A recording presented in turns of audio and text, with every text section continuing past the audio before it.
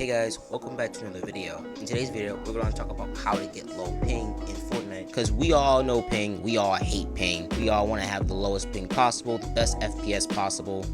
So we're just going to get into some simple tips and tricks that you've heard about but probably have forgotten. So when we talk about ping, we talk about the in-game connection or just your internet connection in general. So I'm going to give you some basic tips for improving your internet speed to get less ping, experience less input delay, and just overall have a smoother gameplay experience. So let's get into the tips and tricks. So this one is an obvious one. Playing Wi-Fi or wireless is what's making a big impact on your ping levels, as you know. Think about wireless connections and how it works and how it travels. It travels from your router to the device connected to it, right? Well, when you have a lot of stuff blocking said signal from getting to you, the walls, the furniture, just about anything physical blocking its signal path, it gets difficult to reach you and you get lower signal, which means it increases your ping, it decreases your FPS, and it gives you a terrible gaming experience in general, which is why the obvious recommendation here is to get an Ethernet cable. So for those who aren't familiar with an Ethernet cable, which I would be really surprised if you weren't, an Ethernet cable is just those yellow LAN cables that connects directly from your router to your PC, giving you a lot less ping, less input delay, and a better gaming experience. And they're really cheap, but you have to get the ones for gaming. So the best ones to get for gaming is category 6 or category 8. Those, the in between, are meant for gaming. Those are meant for gaming. Do not go anything lower than category 6. But they're really dirt cheap on Amazon. So if you got the money, you got the funds for it, go ahead, buy yourself, a $12 LAN cable. Connect it from your router to your PC. Again, it'll make all the difference once you buy that LAN cable. So although I really do recommend you do buy an Ethernet cable to speed up your internet, maybe some of your parents won't allow you to run a 30-foot cable in your house. You can disable background apps. Background apps are those startup apps that start up when your PC does. So that means apps are hogging all your PC's resources, and this applies to websites or browsers that you have running in the background. Spotify, your Skype, Twitter, and it's really difficult to run Fortnite when you have all these things open on one computer. It gets really difficult to run Fortnite and you're sitting there wondering why your ping is so high. But don't worry, there's an easy way to fix this. You can close out all the tabs you have open and any browsers you have left. It gets rid of all the input delay, all the lag, and gives you a little bit smoother of gameplay. Because come on, what do you need all that open for? The second way to do this too is to disable all the background apps. So what that just means is you go to the bottom left of your screen and you type in background apps. And there should be a list of apps that start up when your PC does. And there should be a toggle slide. And if it's toggled on, make sure you have that off, because that causes everything to start up and take all your PC resources when your computer does. So that's taking all your PC's resources and giving a little bit to Fortnite. Once you toggle that off, that should free up some PC resources for your computer to give to Fortnite, so you will be experiencing a little bit less input delay and a little bit of less ping and a little bit more FPS.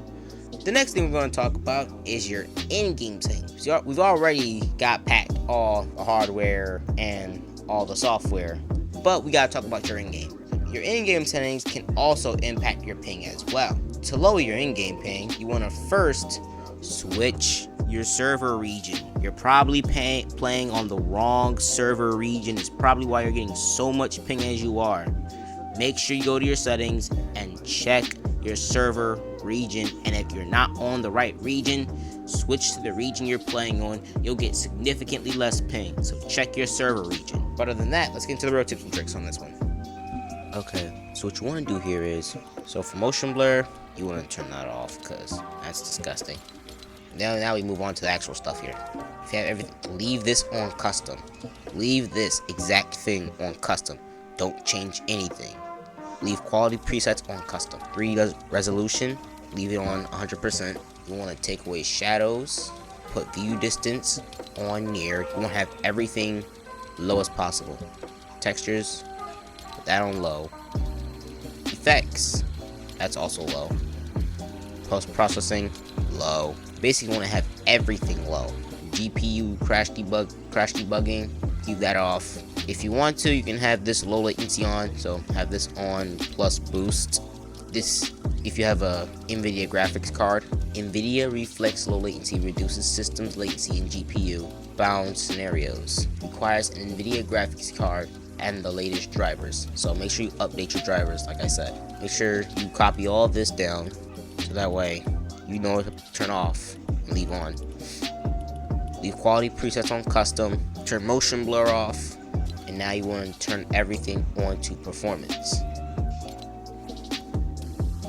Restart the game, and there you go. That's everything from the settings portion. And now the reason I said performance mode, the builds aren't textured, everything falls in mobile builds mode. You're basically playing mobile, so make sure you're always playing on performance mode. It's giving you the best ping, best input delay. Not only that, but your game will look a lot cleaner and a lot smoother. So just switch to performance mode. Another problem that could be interfering with you and your smooth gameplay, it could be how old your drivers are. Yes, your drivers can be old. You need to make sure your drivers are always up to date on the newest drivers. So how do you do this? Now, warning ahead, I do not own an NVIDIA GPU, okay? I'm recording this on a laptop. I only know this from the videos I've seen before making this one. So follow along if you have one. If you don't have one, then you can just skip this part.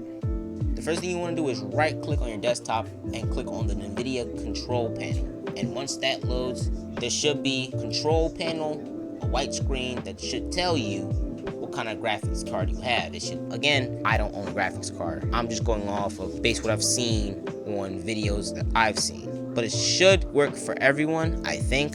Everyone has different graphics cards, so if it doesn't work, then you should see something different. Then once you have that, once you copy down and written down your graphics card entails, you want to go to the NVIDIA site, which I will link in the description, and go to the top right and look for drivers. Once you see drivers, click on drivers, enter your info you got from your graphics card. It should bring up a list of your certain type of driver.